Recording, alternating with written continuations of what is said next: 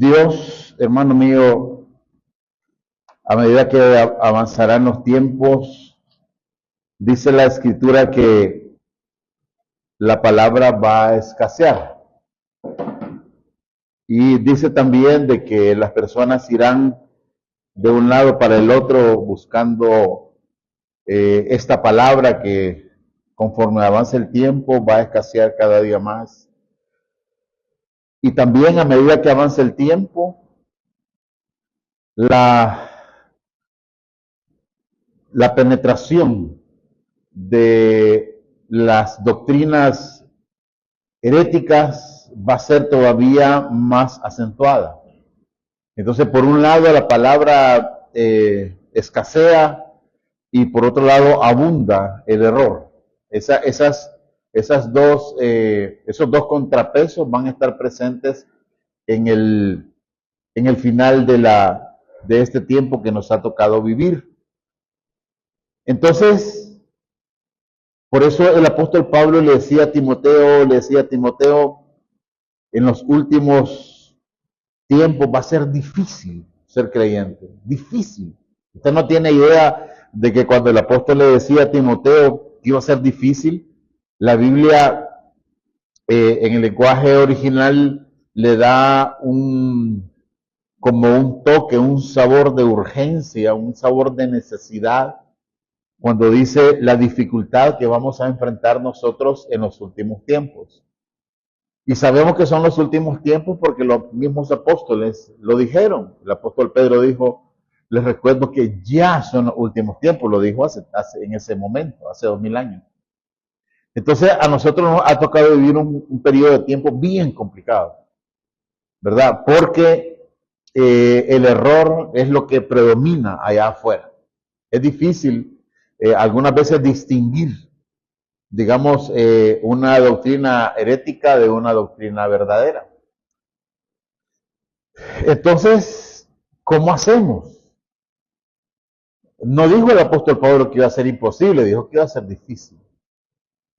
Porque a medida que avanzan los tiempos, pues todo se iba a seguir agudizando, ¿verdad?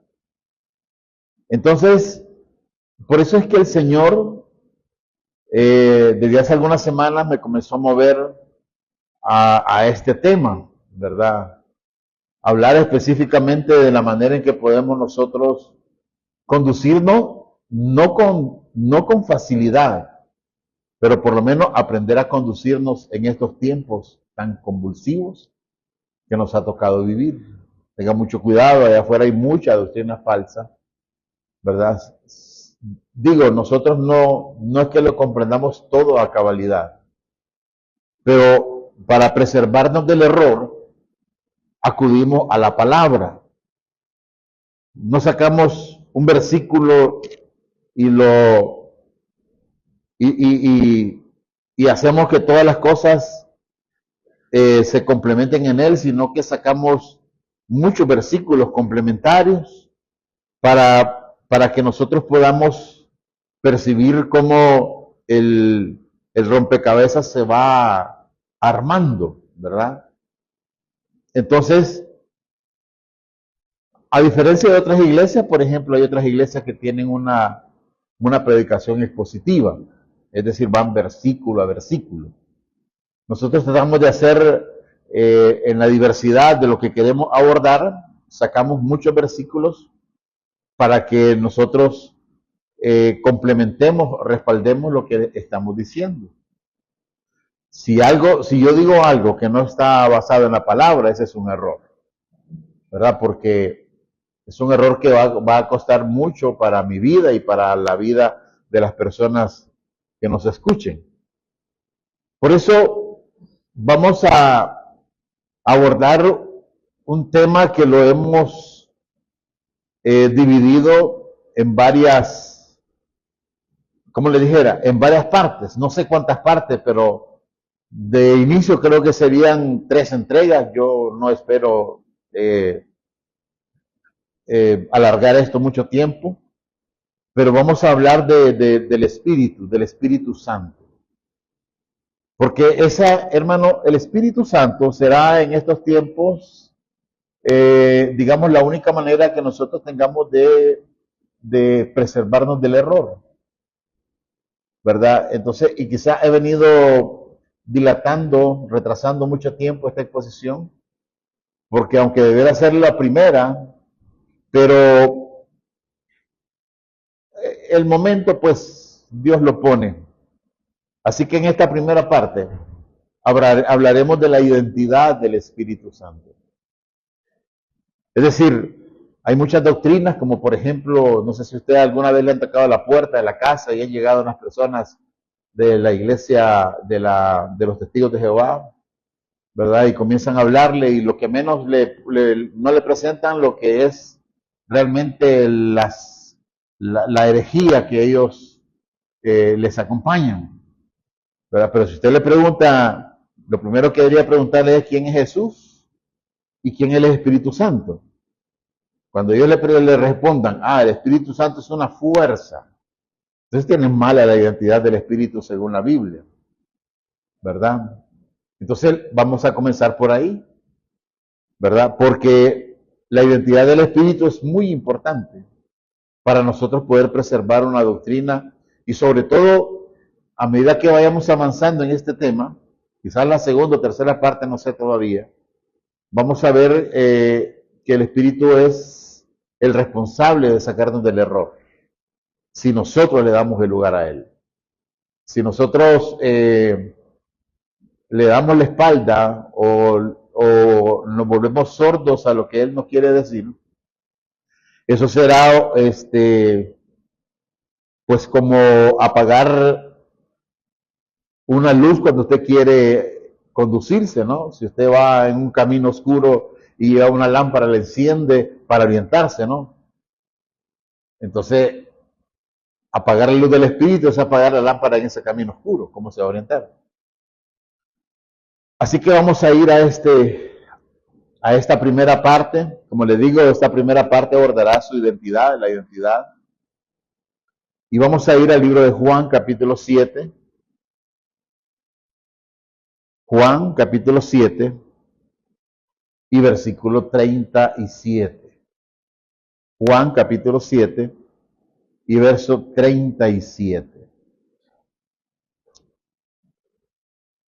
Nos ponemos en pie para darle reverencia a la palabra del Señor y leemos la palabra honrando al Padre, al Hijo y al Santo Espíritu. Dice de la siguiente manera: el último día, el más solemne de la fiesta, Jesús se puso en pie y alzó la voz diciendo: si alguno tiene sed, venga a mí y beba. El que cree en mí, como dice la Escritura, de su interior brotarán ríos de agua viva. Decía esto refiriéndose al Espíritu que habían de recibir quienes creyeran en él. El Espíritu, en efecto, no se había hecho presente todavía, porque Jesús aún no había sido glorificado. Leo la última parte. Dice, el Espíritu, en efecto, no se había hecho presente todavía, porque Jesús aún no había sido glorificado. Padre, en el nombre de Jesús, enséñanos en tu palabra, Señor, Dios Todopoderoso, y glorifícate en todo lo que hoy vamos a reflexionar. Muchas gracias, Dios, por este momento. En el nombre de Jesús. Amén y amén. El Espíritu Santo, su identidad. Hermanos, según un par de estadísticas que estuve viendo por ahí, una de ellas la llevó una entidad llamada Cross River Therapy y la otra fue Metagallup, o sea, dos firmas encuestadoras muy grandes y la llevaron a cabo en más de, quiero ver, 140 países. Imagínense, una buena cobertura. Perdón, más de 40 países. Y dicen ellos que entre el 24 y el 33% de la humanidad se siente sola. Entre el 24 y el 33%. Quiere decir que una de cada 3 personas, dice una encuesta, y la otra dice una de cada 4 personas son gente que se siente sola. Sola. A pesar de los medios, a pesar de la interactuación, de las redes, la gente se siente sola. Y es llamativo porque los que más solo se sienten son los jóvenes. Fíjense. Pero hay otras cifras que son alarmantes, ¿verdad? Si sacamos en cuenta la población que existe hoy en día, estamos hablando de más de 2.500 millones de personas que se sienten solas. Y este porcentaje, hermanos, no fuera tan llamativo si no fuera porque eso causa muerte. Se calculan que más o menos 871,000 personas, 871,000 personas mueren todos los días por la soledad.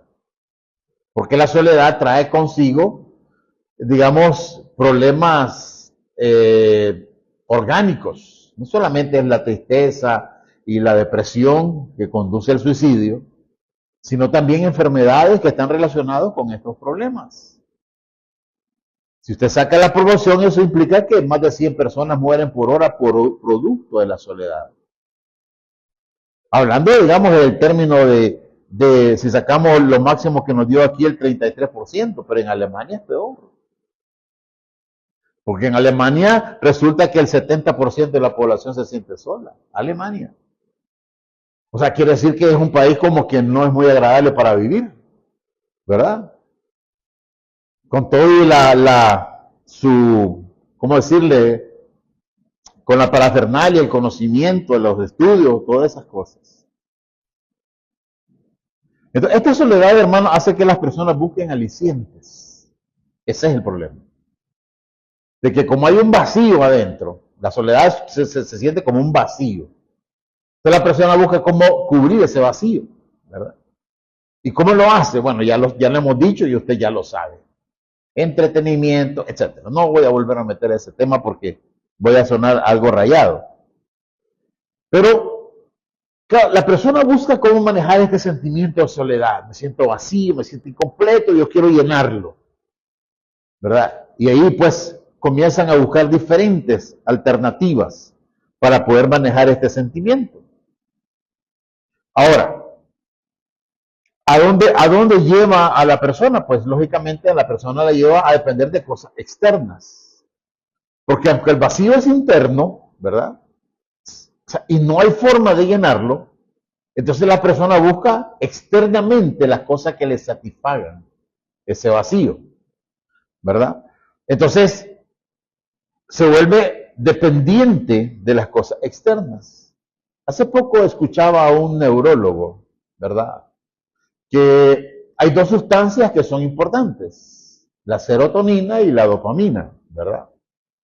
La dopamina es la que produce un efecto de placer, ¿verdad? Entonces, eso está dado por, digamos, entretenimientos, producen elevaciones de la dopamina, ¿verdad? Que es un neurotransmisor que produce placer. Como también lo produce el cigarrillo, el licor, la droga, el sexo, eso hace una elevación de dopamina que es momentánea, ¿verdad? Pero hay un neurotransmisor que es la serotonina, que produce felicidad, ¿me entiende? Cuando usted tiene una relación duradera, eso produce elevaciones de serotonina. La dopamina es momentánea. Y me llamó la atención porque entonces el problema no resulta de elevar niveles de dopaminas, sino de buscar cómo la serotonina, que es a largo plazo, ¿verdad? Produzca esa sensación de llenura. Muchas veces este vacío viene por sensaciones de abandono, falta de propósito en la vida, falta de plenitud, falta de desarrollo, etcétera, etcétera, etcétera. Eso promueve esa sensación de vacío. Entonces, muchas veces esto como que nos marca algunas experiencias que hayamos tenido. Si hemos tenido un padre dominante que desea ser un bueno para nada, eres un inútil, esas cosas van creando un vacío, porque me van llenando a mí de temores, ¿verdad? No me trasladan cosas positivas, sino que me degradan como persona, como ser humano. Y muchas veces esas cosas repercuten en mi vivencia como adulto. Entonces, si no soy bueno para algo, busco cómo hacer algo que por lo menos, por eso hay muchos gente que viene y comienza a contar chistes, ¿verdad? Para ser el centro de atracción y por lo menos saber que por lo menos para contar chistes es bueno, ¿verdad? Y así, hermanos, la vida se va pasando y cuando llegamos a ver, ¿verdad? Esas frases que nos dijeron pequeños o adultos, que son brutos, que son inútiles, esto, lo otro. O a veces en el sentido matrimonial. Cuando el esposo comienza a tratar a su esposa de una manera despectiva, no sabes nada, no sabes ni cocinar, que no sé qué, que no sé cuánto. Y comenzamos a compararnos, la fulanita es mejor que vos, o el fulanito. O sea, la persona se va degradando y eso va quedando vacíos. Ahora, ¿cómo enfrentar esto, hermanos, en medio de una sociedad egoísta? Recuerde que la característica de esta sociedad sería hombres amadores de sí mismos, es decir, egoístas. Personas que se creen la octava maravilla del mundo. Y ante ellos, ante sus ojos, los demás no valemos nada. ¿Verdad? Entonces, ¿cómo nosotros podemos vivir en una sociedad que está saturada de este pensamiento egoísta? Fíjese bien, hermano. Con la venida del Mesías se puso fin a un periodo de 400 años, llamado la época del oscurantismo. Eso abarcó desde que se escribió el último libro del Antiguo Testamento hasta que se escribió el libro de Mateo, 400 años. Fue un periodo triste porque la voz de Dios se apagó, el espíritu de los profetas se apagó completamente y ya no se dejaba ver en la tierra señales de que Dios estaba interesado en la humanidad. Entonces el ser humano se sumió en una oscuridad, excepto para Israel, porque Israel tenía, digamos, toda la colección de libros que hablaban del Dios de Israel. Pero lamentablemente ese pueblo convirtió una colección magnífica de libros en una serie de ordenanzas, ¿verdad? Y para cuando el Señor estaba por venir, aquello estaba ya completamente perdido, ¿verdad? Perdido en el sentido en que ellos se creían una sociedad aislada, los demás no tenían conocimiento de nada, ¿verdad? Y si alguien quería convertirse era virtualmente o realmente imposible. Entonces el mundo estaba sumido en una oscuridad. Pero este periodo que se había apagado por el mundo estaba a punto de cambiar, ¿verdad? Y con la venida del Mesías, lógicamente, las cosas era como el renacer de un rayo de esperanza. Era como la luz del sol después de la tormenta.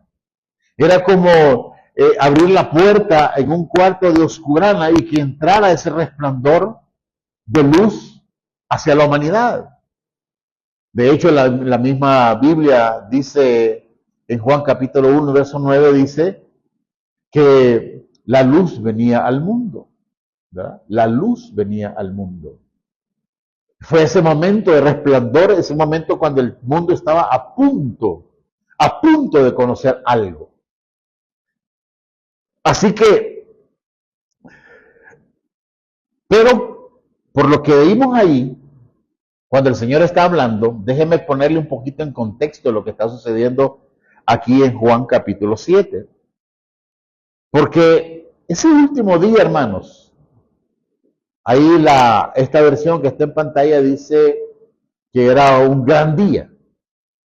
En la versión que estoy leyendo yo, que es la 2020, dice el más solemne, el día más solemne. ¿De qué fiesta? Esa fiesta es la fiesta de los tabernáculos o la fiesta del Sukkot. Era un periodo de tiempo de 8 días, ¿verdad? En los cuales vivían en ¿cómo se llama? En ramadas, ¿verdad? Recordando el tiempo que Israel les tocó estar acampando en el desierto, hacían cabañas, ¿verdad? Y uno de las cosas, de los arbustos que se recogía para esa fecha, era el sauce. El sauce cobraba una preeminencia en ese día, ¿verdad? Sobre todo el último día, que es el día más solemne. Y ese día se conoce como el día de la libación del agua. Entonces, ese día una caravana, una procesión salía del templo de Jerusalén, atravesaba toda la ciudad, ¿verdad? Y salía a un arroyo, ¿verdad? Y en ese arroyo, que literalmente salía prácticamente debajo del templo, hoy ya no existe el arroyo de Cedrón, ahí se recogía en una tinaja de oro, ¿verdad? Se recogía agua y luego la procesión volvía otra vez a llegar al templo y ahí se vertía ese tinaco de agua sobre el templo. Pero, ¿por qué se derramaba agua en el templo donde se presentaban sacrificios, en el altar? Porque precisamente, hermanos, ese momento, en la fiesta de los tabernáculos, apuntaba a la próxima venida del invierno, es decir, del invierno para nosotros, ¿no? Es el día en que el agua iba a derramarse desde el cielo sobre las cosechas y el pueblo esperaba, de alguna manera, que el invierno, o más bien la lluvia, fueran propicias. Porque si no llovía, hermano, imagínense, una sociedad agrícola esperando que lloviera, y si no llovía, hermano, ¿eso qué significaba? Bueno, hambre, pestes, muerte, ¿no? Porque si no hay grano, entonces ¿cómo van a sobrevivir? Es como que usted no tuviera trabajo. ¿De dónde va a recolectar todo lo que usted necesita para vivir? Entonces, ese día representaba eso. Ese día solemne era el día en el cual el pueblo venía y derramaba agua, por eso se llama la libación del agua, y comenzaban lo que predominaba en el ambiente era aquello que decía Hoshana, Hoshana Rabá, Hosana, o sea, sálvanos, Señor. Era lo que ellos decían, literalmente casi lo que estábamos diciendo hoy. Manda la lluvia, Señor. Manda la lluvia, Señor. ¿Verdad? Es lo que estaban diciendo ellos. Claro, nuestra lluvia obedece a temas estrictamente espirituales. Si estamos atravesando una situación, le decimos, Señor, por favor, soluciona la situación. No quiero sentirme solo, no quiero sentirme sola. Quiero que este problema pase, quiero experimentar días mejores. Manda la lluvia, Señor, manda la lluvia. Entonces, eso es lo que estaba pasando en ese momento. Y claro, esos vacíos de los cuales estábamos hablando solamente se quitarán con cosas externas, cierto, pero no cosas humanas. El problema de nosotros es que tratamos de suplir nuestros vacíos con cosas estrictamente humanas. Queremos llenar nuestros vacíos, o sea, da risa la manera en que la gente quiere suplir esos vacíos, ¿verdad? Siendo de que nosotros fuimos hechos a imagen y semejanza de Dios. Dentro de nosotros existe un vacío cuando el Espíritu no está en nosotros. Cuando el Señor no forma parte de nuestra vida. Fíjese bien que el Señor estaba en la tierra. De lo que leemos dice que en el último día dice, Jesús se puso en pie, bueno, para que sigamos el contexto, ¿verdad? En ese día Jesús se puso en pie.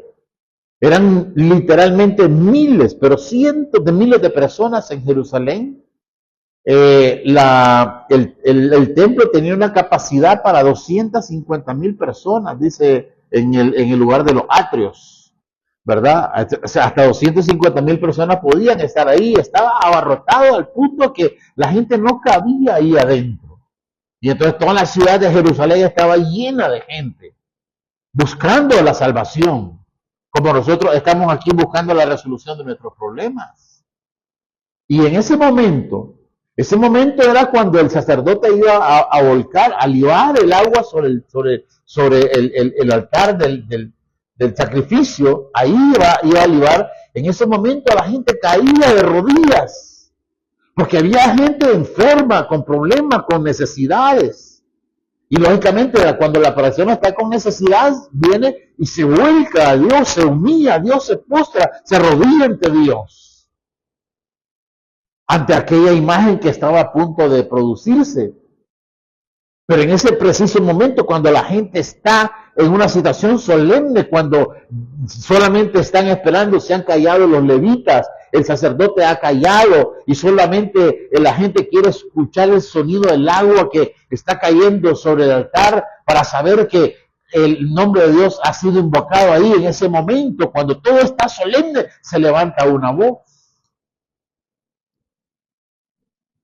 Y dice aquí que Jesús se puso en pie, dice el verso 37, y alzó la voz. O sea, no habló despacito, no fue un rumor, no fue un susurro, fue un grito.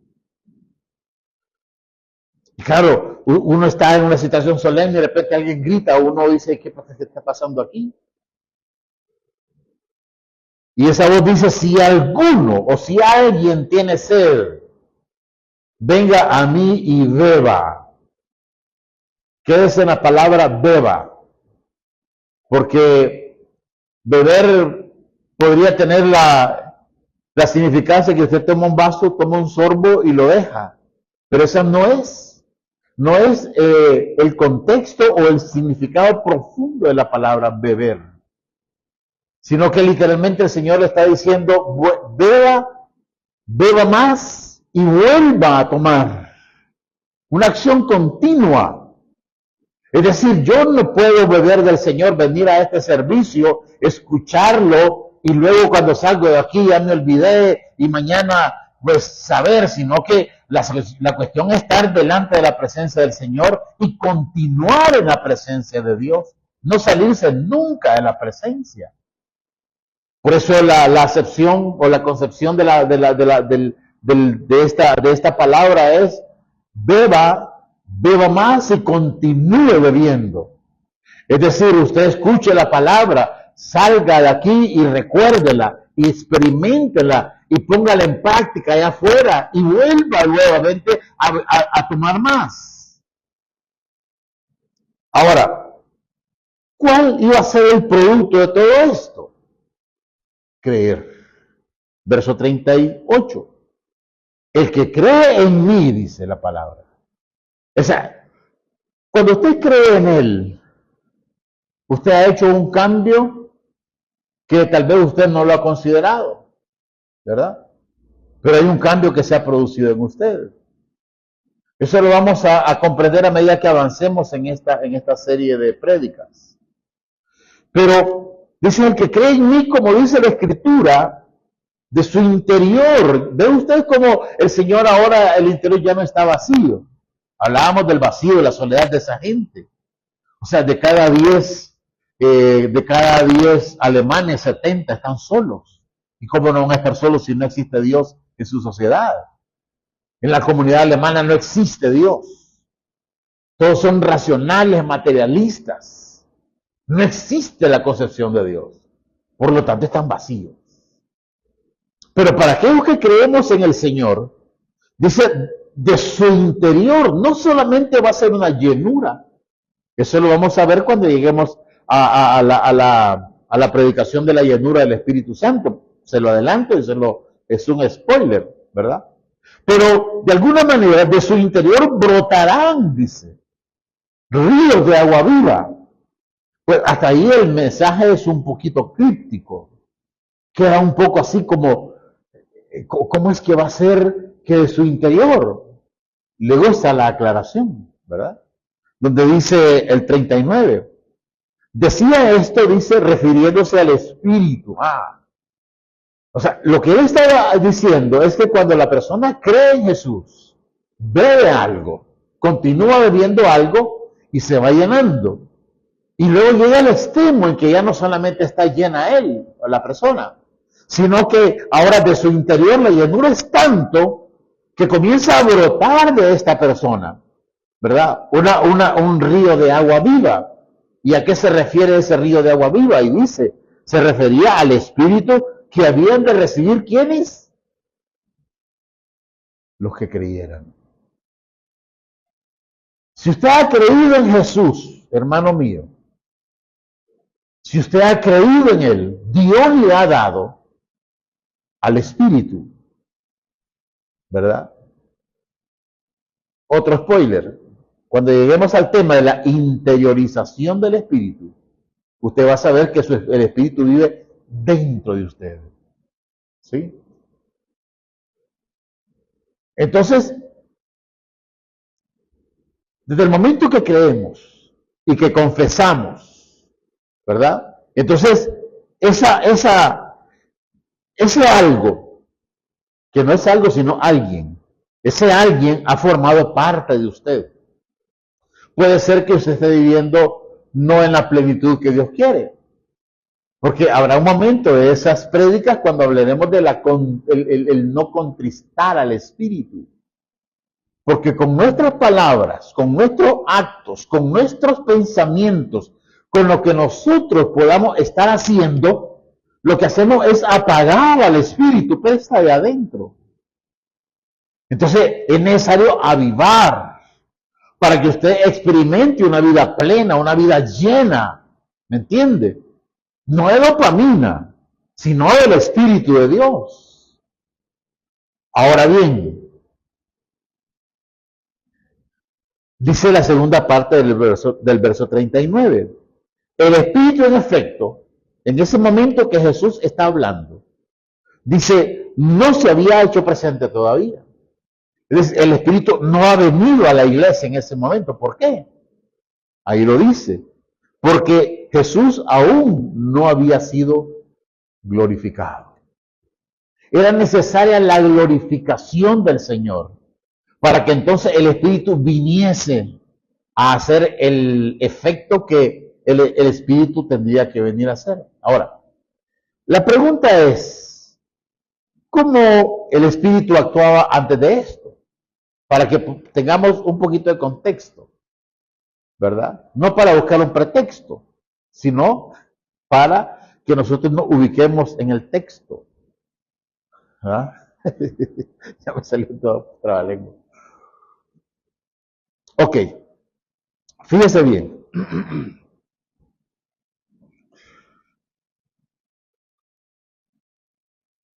El Espíritu Santo en el Antiguo Testamento, ya sabe usted que a mí me gusta decirle Tanaj, ¿verdad? Pero bueno, por lo que nos están viendo. En ese tiempo venía personas específicas, en momentos específicos, y los capacitaba para cosas específicas, ¿verdad? Era un asunto puntual, ¿verdad? Entonces, independientemente de su condición espiritual, les pongo un ejemplo. Dice la palabra que el Espíritu vino sobre Sansón, ¿verdad? Pero Sansón, bueno, usted sabe quién era Sansón. Le gustaban las filisteas, las paganas, ¿verdad? Pero el Espíritu vino sobre él para una función. Y al final terminó ciego, ¿verdad? Producto de que se enamoró de una filistea. Pero el Espíritu lo capacitó, ¿verdad? Esa es una de las formas que tenía el Espíritu Santo en aquel tiempo. Fíjese bien, 1 Samuel capítulo 16, verso 13. El Espíritu Santo venía a la persona y de otra se apartaba. Dice el verso 13, 1 Samuel 16, 13.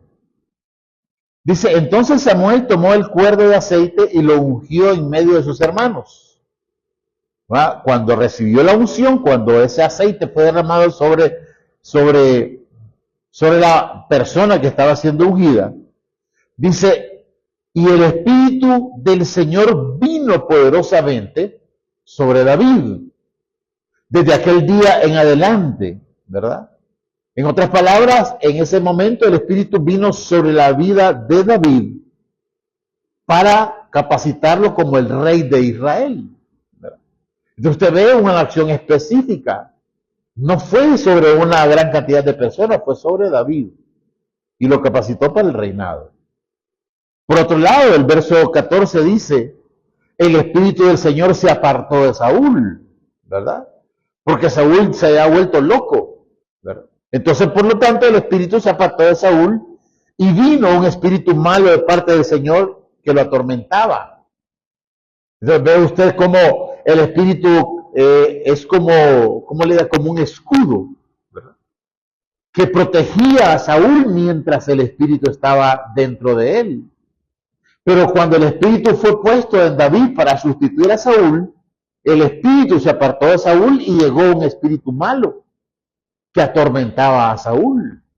Entonces, desde ahí podemos ver ya una de las formas que el Espíritu Santo, que ahora está en el creyente, ¿verdad?, es una especie de protección. Por eso es importante que nosotros le demos brillo, que nos capacitemos en esto y comenzar a desarrollar una relación personal con el Espíritu de Dios. Ya tratarlo como quien es, por eso estamos hablando de su identidad. Pero también lo capacitaba para muchas veces cosas que no eran tan espirituales, como aparece, por ejemplo, en Éxodo capítulo 31 y verso 2. Dice así, miren, Éxodo 31 y versículo 2. Dice, mira, he llamado a Bezalel. Bezalel es una persona, ¿verdad? Pero fue llamado a Bezalel, hijo de Uri, hijo de Ur, de la tribu de Judá, y lo he llenado del Espíritu de Dios. Uno diría, hombre, qué unción más excelente. Ahora este hombre va a ser un ser espiritual, ¿verdad? Poderoso, pero no era para eso, sino que el Espíritu de Dios vendría, dice, en sabiduría, en inteligencia, en conocimiento y en toda clase de arte. Entonces el Espíritu Santo lo estaba llamando a una cuestión artística. 4, verso 4. Para elaborar diseños, para trabajar en oro, en plata, en bronce. Verso 5. Y en el labrado de piedras para engaste y en el tallado de madera, a fin de que trabaje en toda clase de labor. ¿Por qué cree usted que los israelitas dominan el mercado de diamantes y de piedras preciosas? ¿Por qué? Porque son calidad, porque no. Porque en ese tiempo Dios le dio el espíritu a esta persona de la cual se desprenden todos esos orfebres. Nadie trabaja mejor el diamante y las otras cosas que los israelitas. Nadie, hermano, nadie. ¿Verdad? Son secretos. ¿Que fueron dados por quién? ¿Por su papá? No, por Dios. Por eso una joya de diamante, cuando a usted la inviten a unirse a una persona, exija una roca de diamante en su dedo. O mejor que no le den nada.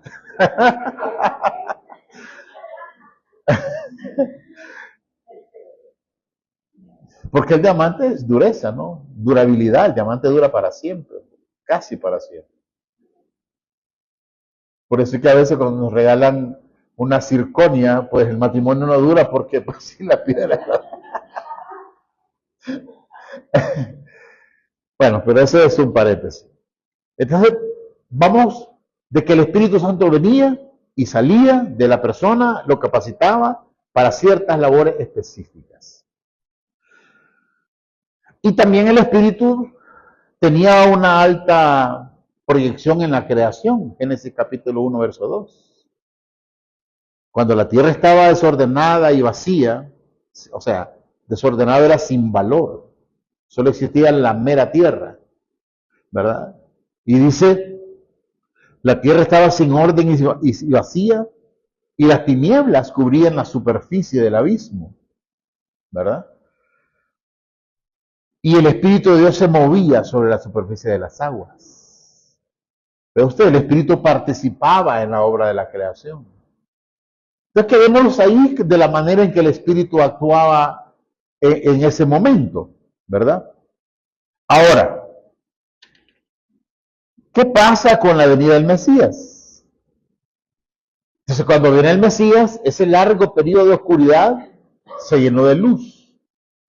Y, como decíamos la luz vino a la humanidad, vino a la humanidad. ¿Qué hizo la gente? Bueno, en ese tiempo Israel lo rechazó, ¿verdad? Si usted sigue leyendo Juan capítulo 1, el 11 y el 12 dice, a los suyos vino. El 11 dice, a los suyos vino, Juan 1, 11. ¿Y los suyos qué hicieron? Lo rechazaron. Ahora, pero el verso 12 dice, pero a aquellos que le recibieron, a los que creen en su nombre, se les dio la potestad de ser llamados hijos de Dios. Entonces, pero ¿cómo sucede esto, hermano? ¿Cómo esta intrincada forma de creer en Jesús nos lleva a ser hijos de Dios? Bueno, no es solamente una declaración, hermano. Es el tema de que si nosotros nos volvemos nuevamente al capítulo 7 y leemos nuevamente a qué se refería el Señor cuando la persona cree, usted va viendo ya que no es solamente un asunto de creer de la manera mental, sino involucrarla de espíritu. Dice el versículo 39, de esto decía esto refiriéndose al espíritu que habían de recibir, ¿quiénes? Los que creyeran en él.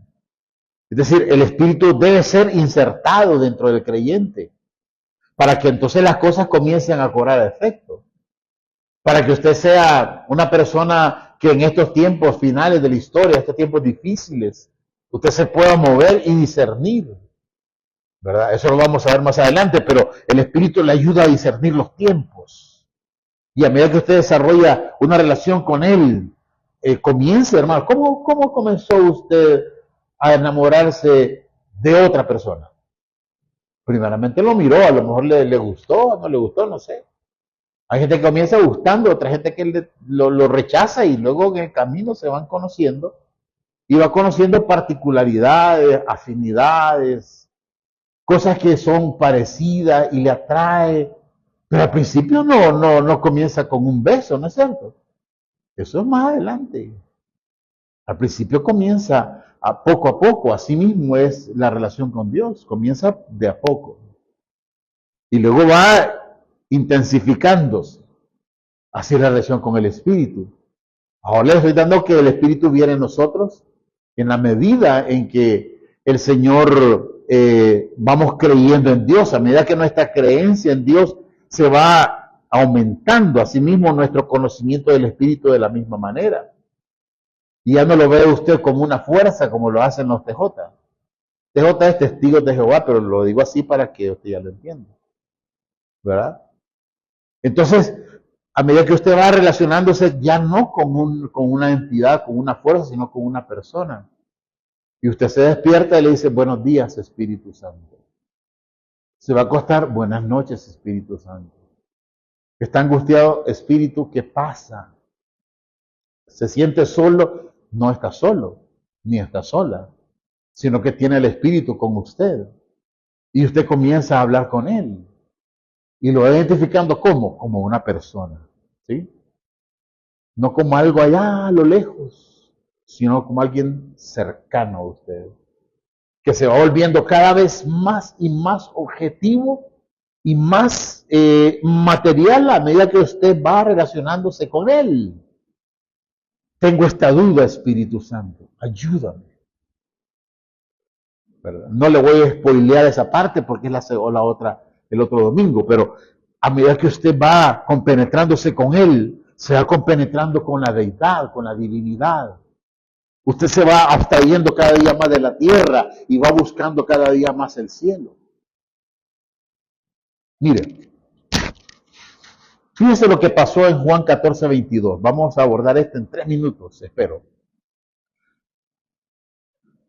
Juan 14:22. Judas dice, no el Iscariote. Bonito como aparece ahí porque este Judas no era el traidor, sino otro Judas. Dice, le dijo, Señor, ¿y qué ha pasado? Le dice, que te vas a manifestar a nosotros y no al mundo. Porque el Señor le acaba de decir a los discípulos que Él se va a manifestar a ellos, no al mundo. Por eso es un tema bien terrible, pues, porque Dios se va a manifestar a nosotros, hermano, a usted que está aquí. El mundo no. El mundo va a seguir en su desconocimiento, en su ignorancia, en su tiniebla, hermano. El mundo va a estar ahí, sin poder, va a seguir viviendo en un tiempo de oscuridad, pero a nosotros no. Entonces le dice, ¿qué ha pasado? ¿Y por qué te vas a manifestar a nosotros y no al mundo? Entonces el Señor le responde, si alguien me ama, guardará mi palabra. Esa es la manera de demostrar el amor hacia Dios. Dios da una palabra y usted lo obedece. No comienza a discutir con ella. No, hombre, no puede ser como algo. O sea, esa no es la manera de demostrar que usted ama al Señor, ¿no? Pues si usted ama a su esposo, por ejemplo, usted está sentada en una silla, está viendo un programa que le agrada y el esposo le dice, tengo hambre, ¿me puede hacer unos huevitos? ¿Cuál sería la manera en que usted viene y le demuestre el amor a la persona? Bueno, si el programa es de los canales regulares, va a estar fregado, porque ahí no puede ponerlo en stand-by, ¿verdad? Sino que usted se levanta como no, te lo voy a ir a hacer. Y el esposo se siente, mi esposa me ama, aunque por dentro le vaya diciendo cualquier cosa.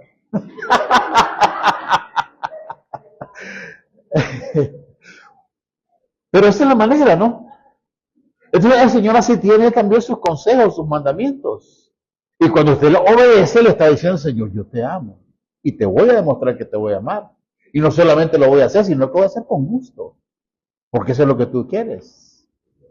Usted ya comienza a desarrollar. ¿Y quién lo hizo? Usted no. Eso lo hace el Espíritu. El Espíritu hace que usted lo haga. ¿Me entiende? Ahora dice, si alguien me ama, guardará mi palabra y mi Padre lo amará. O sea, ya es un amor doble. Lo ama Jesús y lo ama el Padre. Y vendremos a Él y ¿cómo se llama? Y haremos con Él morada. ¿Ve la invitación que usted hace al Señor cuando usted obedece a los mandamientos de Jesús? Viene el Padre, viene el Hijo y mora en usted también. Su vida está llena, está plena, porque ahora tiene a Dios, el Padre, el Hijo y el Espíritu Santo morando en usted. Porque ahí dice, y haremos con Él morada. Ahora, el que no me ama, esa es como una decisión. El que no me ama no guarda mis palabras. Y la palabra que ustedes oyen no es mía, sino del Padre que me envió. Es una manera de demostrarle el amor a Dios. Juan 14:25 dice más adelante, estas cosas les he dicho estando con ustedes, pero el Consolador, el Espíritu Santo, a quien el Padre enviará en mi nombre, Él os enseñará todas las cosas y les recordará todo lo que le he dicho. Entonces, ¿qué es lo que nos está mostrando el Señor en ese momento? En que el Espíritu Santo era un ente distinto, aparte de Jesús, aparte del Padre, que vendría en el momento en que Él iba a enviarlo, y eso sucedió en el día de Pentecostés, allá en Hechos capítulo 2.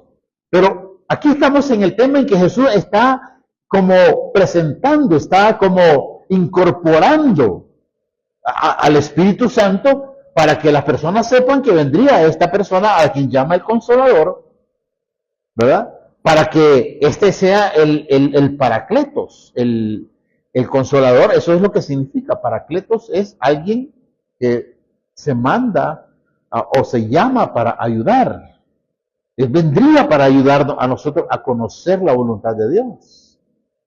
Más adelantito, en Juan 15:26, dice, cuando venga el Consolador, a quien yo enviaré del Padre, es decir, el Espíritu de verdad que procede del Padre, Él dará testimonio de mí.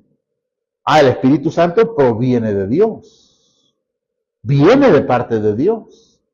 Si usted lee uno y el otro, en una dice que el Consolador, dice Juan 14:26 dice que el Padre enviará en mi nombre, y Juan 15:26 dice que seguirá Jesús el que lo enviaría.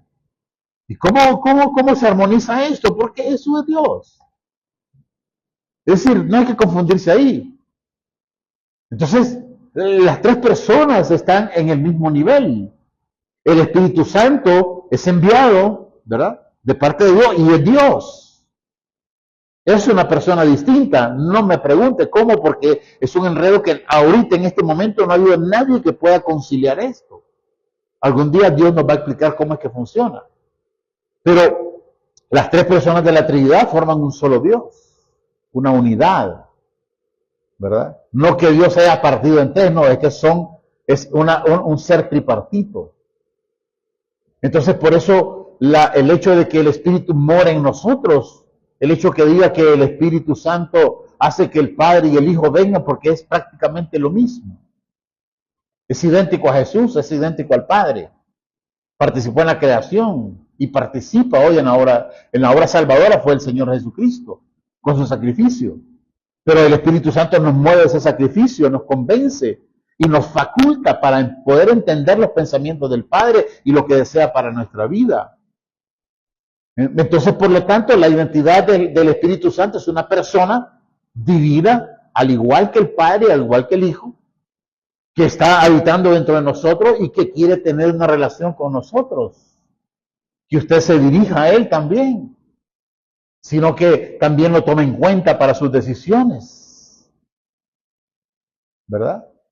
Entonces, por lo tanto, ¿era necesaria esta muerte y resurrección? Claro que era necesaria. Porque ahí mismo el Señor le dice que si él no se va, ahí Juan 14 va, cuando le dice que era necesario que Él se fuera, porque si no se va, entonces el problema es que no vendría el Consolador. Esa es una de las razones por las cuales la muerte, resurrección y ascenso del Señor era estrictamente necesaria para que Él pudiera enviar al Consolador. Y es un misterio grande, sí, es un misterio grande. Así que, hermanos, este momento que estamos hablando de esa parte,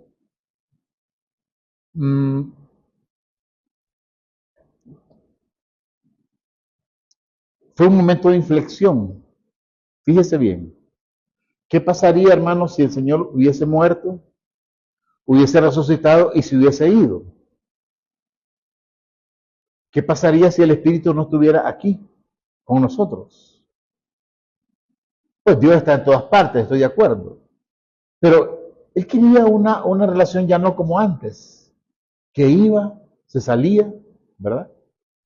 Entraba una persona, se apartaba, sino que quería una cuestión permanente, una relación permanente. Por eso envió su Espíritu, para que esta relación fuera permanente. Ahora, era un punto delicado, hermanos, porque fue un momento en el cual Dios puso dígame usted, hermano, imagínese. Lógicamente no sucedió ni nunca iba a suceder. Pero supóngase que Satanás hubiese tenido la más mínima oportunidad de impedir que Jesucristo resucitase. Miren lo que dice Juan capítulo 14, verso 30. Es una frase que quiero que usted recuerde siempre. Juan 14, 30. El Señor dice, ya no hablaré más con vosotros, o ya no hablaré más, porque viene el príncipe de este mundo. Viene el príncipe de este mundo. En ese momento iba a producirse el enfrentamiento entre el Hijo y Satanás. Y dice, este ser de las tinieblas no tiene nada, o sea, yo no tengo nada que ver con Satanás. ¿Qué hubiera pasado si Satanás hubiese tenido la mínima oportunidad de evitar que Jesucristo resucitase? Digo, para usted y para mí. Para el mundo no, porque ellos ya están cociéndose a fuego lento y no lo saben. Nosotros escapamos de esa paila, hermanos. ¿Sí? Pero, ¿qué hubiera pasado si Satanás hubiese tenido la mínima oportunidad de destruir a Jesús? Usted y yo no lo hubiéramos conocido, hermano. Y nuestra vida se hubiera perdido en esa cosa horrible. ¿Verdad? Por eso era un asunto delicado. Vendría ese enfrentamiento. Ahora usted chévere porque ya conoce el final de la película. ¿Verdad? Conocer el final de la victoria, pues. Ahora bien, por eso dice Juan 16:7, les conviene que yo me vaya, porque si no me voy, fíjense bien, Si yo no me voy, el Consolador no vendrá a ustedes. Pero si me voy, se lo enviaré. Es una persona, no es una fuerza. El Consolador. La palabra él se refiere a una persona. Usted no le dice él a una vaca. Usted le dice vaca. A una persona le dice él. Por eso es el Consolador. ¿Ve usted? No hay una confusión ahí, pues.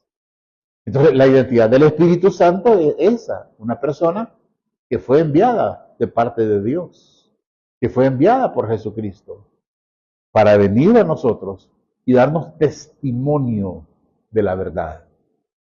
¿Cuál es la verdad? Que es Cristo en nosotros, la vida eterna. Entonces, por lo tanto, para finalizar, quiero recalcar una vez más la palabra beber de Juan 7:37. Si alguien tiene sed, que venga a mí. La palabra y beba, dice. Esa palabra beber, anote, que significa que siga viniendo a mí y que siga bebiendo. No es un solo acto, sino que es de seguir viniendo a Él y seguir bebiendo. Esta es la manera en que se estructura la fe, la manera en que usted va siendo cada vez más responsable con usted mismo y con Dios. Es venir, seguir viniendo y seguir bebiendo. Es la única manera. Ahora, otra cosa que quiero recalcar es el verso 38. El que cree en mí, dice, como dice la Escritura, de lo más profundo de su ser. Esa palabra profundo es la palabra koilia, que significa vacío. Ese vacío, pues, que está siendo llenado hoy por el Espíritu de Dios, también tiene que ver con la palabra cavidad, matriz, corazón, entraña, desde lo profundo, dice, brotarán ríos de agua viva. Cuando usted le dice a alguien, hermano, Dios te bendiga, o algunas veces nosotros decimos, shalom, tiene que salir desde aquí, hermano, no de la boca, sino de adentro. ¿Cómo usted le expresa a una persona que usted la ama? Bueno, yo sé pues que en las discotecas también le dicen a la niña, te amo, pero en una discoteca está como candela, ¿verdad? Porque puede significar otra cosa. Pero, ¿cómo hace usted para decirle a alguien y que golpee ese amor? Usted se pone frente a la persona sin música, sin nada, y desde el interior sale aquello que dice y sube a la boca, ¿verdad? Es una fuerza que nace de dentro, una fuerza arrolladora, y le dice, te amo, ¿verdad? Entonces es distinto. Entonces, por lo tanto, eso es lo que dice aquí, de lo profundo sale el amor entre nosotros. Cuando yo le digo, hermano, que Dios te bendiga, yo no estoy diciendo un dicho, un cliché, una cosa, no. Estoy literalmente deseando que Dios te bendiga.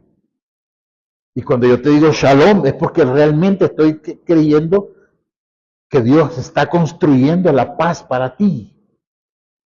Shalom es paz, estructurar la vida, es salvación, es salud, es un montón de cosas resumidas en una palabra. Pero es lo profundo. Y lo otro es que en ese momento el Espíritu todavía no había sido dado porque el Señor todavía no había sido glorificado. Hermano, te pregunto, ¿fue glorificado el Señor? Claro, claro, por eso el Señor se acuerda, aunque me lleve otro tiempito, es decir, cuando las mujeres llegaron y quisieron abrazar al Señor, no me toques, porque no he subido al Padre, le dijo él. Es decir, en otras palabras, todavía no he sido glorificado, no puedes tocarme. Después ya que fue glorificado no había ningún problema. Fue cuando le dijo a Tomás, mete tu dedo aquí o tu mano en el costado. Ya había sido glorificado. Para nosotros Él ya fue glorificado, por lo tanto el Espíritu Santo fue enviado a nosotros. Es una persona con la cual podemos contar, ¿me entiende, hermano?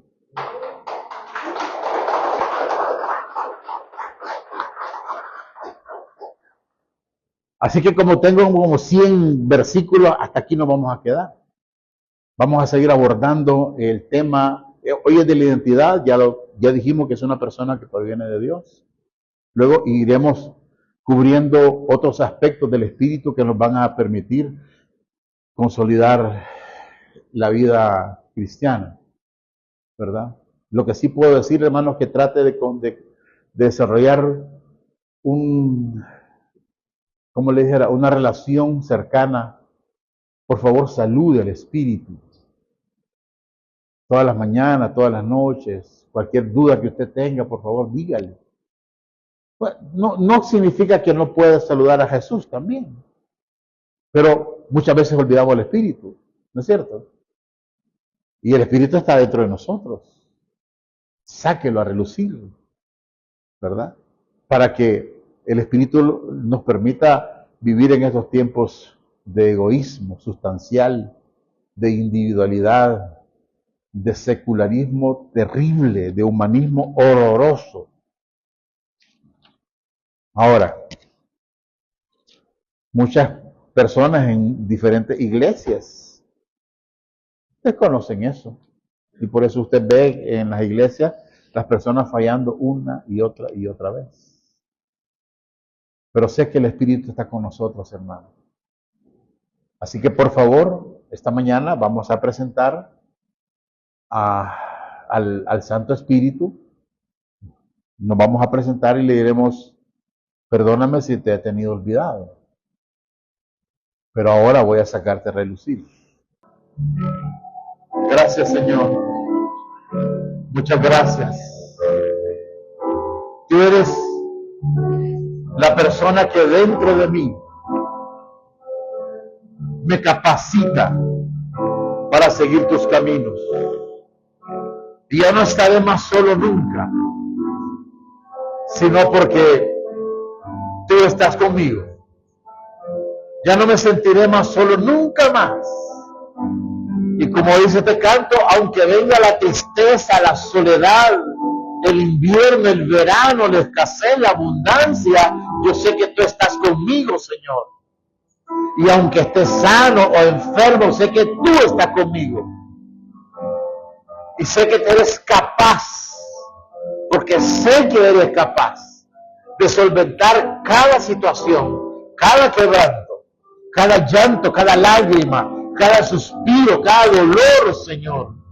Yo sé que tú estás ahí y estás ayudándome, fortaleciéndome. Señor, tú eres el espíritu del testimonio. Tú eres el Espíritu de Cristo. Por lo cual, oh Señor Espíritu Santo, venga a nosotros. Abrimos nuestro corazón a ti para que tú habites en el interior de mi corazón y me ayudes a vivir estos tiempos finales de la historia. Gracias, Señor. Gracias, Señor. Gracias, Dios mío. Te abro mi corazón y dejo que tú te muevas libremente en nuestra vida.